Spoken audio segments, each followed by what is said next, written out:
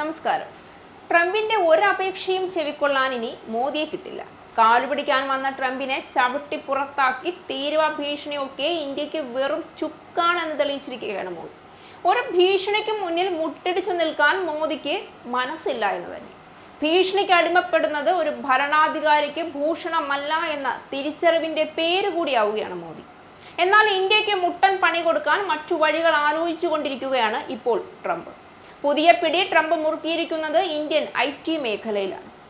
ഇന്ത്യയുടെ വളർച്ചയുടെ കടക്കൽ കത്തിവെക്കുക തന്നെയാണ് ട്രംപിന്റെ ലക്ഷ്യം. അത് അനുനയിപ്പിച്ചുകൊണ്ടായാലും ഭീഷണിപ്പെടുത്തിക്കൊണ്ടായാലും.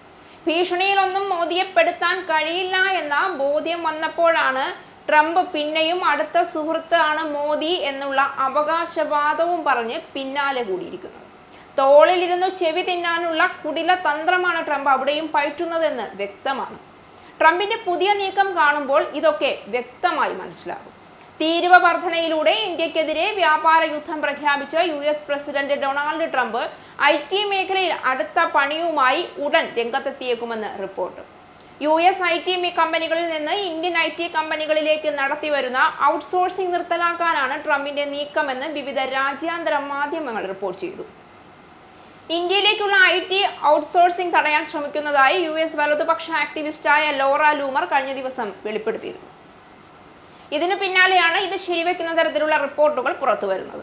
IT സേവനങ്ങൾക്കായി ഇനി അമേരിക്കക്കാർ ഇംഗ്ലീഷ് ഭാഷയ്ക്ക് വേണ്ടി കാത്തിരിക്കേണ്ടതില്ല എന്നും കോൾ സെന്ററുകൾ വീണ്ടും അമേരിക്കൻ ആകുമെന്നും ലോറ ലൂമർ പരിഹാസ രൂപേണ തന്റെ എക്സ് പോസ്റ്റിലൂടെ പറഞ്ഞു.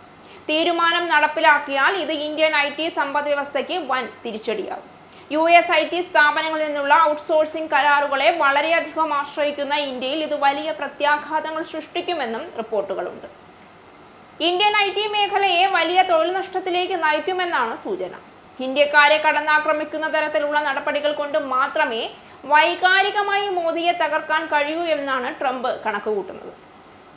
എന്നാൽ ട്രംപിന്റെ ബ്രഹ്മാസ്ത്രത്തെ പോലും നിലത്തു തൊടിയിക്കാതെ തകർത്തു തരിപ്പണമാക്കിയ മോദിയെ സംബന്ധിച്ച് ഏത് മേഖലയിൽ ട്രംപ് കണ്ണുവച്ചാലും ആ കാഴ്ച അവിടെ വ്യാപിക്കുന്നതിന് മുൻപ് തന്നെ മറയുണ്ടാക്കി ട്രംപിന്റെ ചിന്തകളെ തകർത്തു തരിപ്പണമാക്കാൻ മോദിക്ക് ഇതുവരെയും കഴിഞ്ഞു എന്ന കാര്യം പകൽ പോലെ വ്യക്തമാണ്.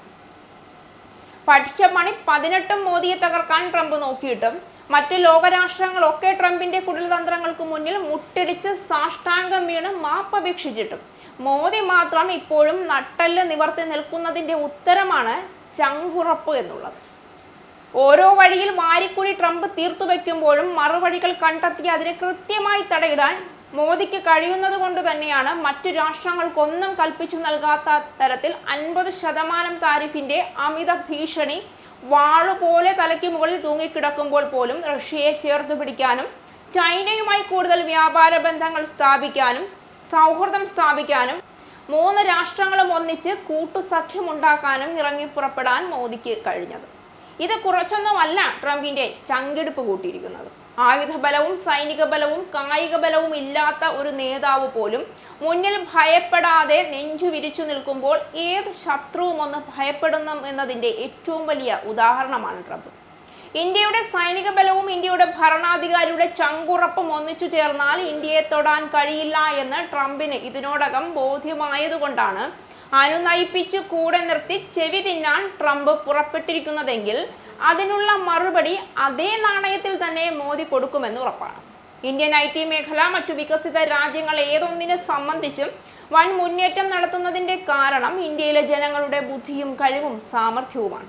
അതിനെ വിലക്കെടുക്കാനും അളക്കാനും ട്രംപ് എന്നല്ല ആര് വിചാരിച്ചാലും സാധിക്കില്ല.